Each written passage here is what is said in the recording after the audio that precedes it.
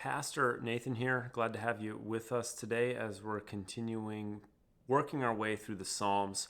What started off as praying through the Psalms has really become more of a study on the Psalms with an emphasis on how does this impact prayer. And today we're continuing sort of that trend. Psalm 142 is where we're at today, verses 1 through 7.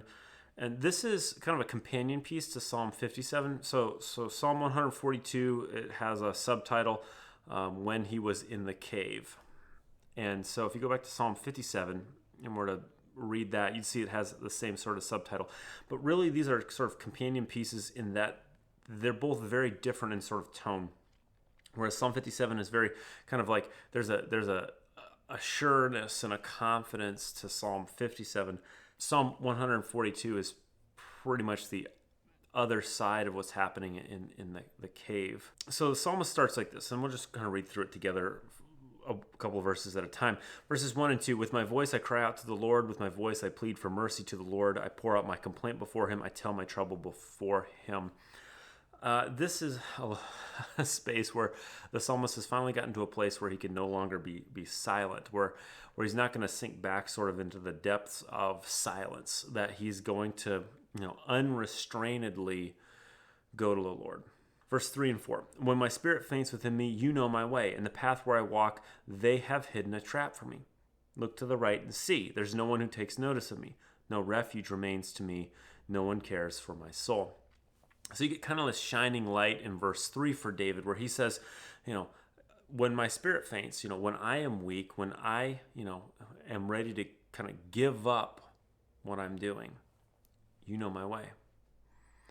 Even though there are enemies, and that in the path where he walks, his enemies have hidden a trap for him. And that there's nobody who cares for David apart from God. That becomes true in verse 5, 6, and 7. I cry to you, O Lord. I say, you are my refuge, my portion in the land of the living. Attend to my cry, for I am brought very low. Deliver me from my persecutors, for they are too strong for me. Bring me out of prison, that I may give thanks to your name.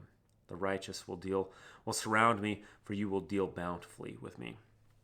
So you get in verses 5, 6, and 7 another kind of couple of high points where he says, Lord, you're my refuge, and you are my portion in the land of the living, that David's lot, David's inheritance, that what gives David security and rest and hope is God being his refuge. It's not money, it's not a big palace, it's not a big army. Things that kings or leaders might find themselves looking to for refuge. And David's not a king yet at this point in his story, but he is a leader, and he does have men, and he is good at battle and combat. He's respected for his military prowess, and yet he says that's not his portion in the land of the living. It's God who is his refuge. And this really sort of sums up the whole point of Psalm 142. He's in a cave, he's got men. He should be, if this was the world, making battle plans. And there will be time for battle plans eventually. But David at this point is saying, Lord, you're the way essentially out of this. You're the way out of the prison that he's in, surrounded in this cave, surrounded by men who are out to get his life. David is saying, Lord, you're the way out. And what a prayer. We don't necessarily have to specifically pray anything in this prayer, but what an attitude towards our relationship with our God, where he said, where we can say, like David, God, you're my way out of this. Whatever I'm struggling with, you're the one who knows my heart and my hurts.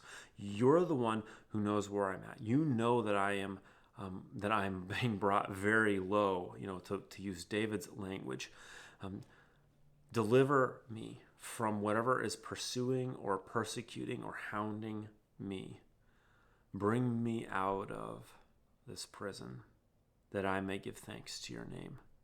I hope that's helpful for you today as you are in conversation with your Lord and following Jesus.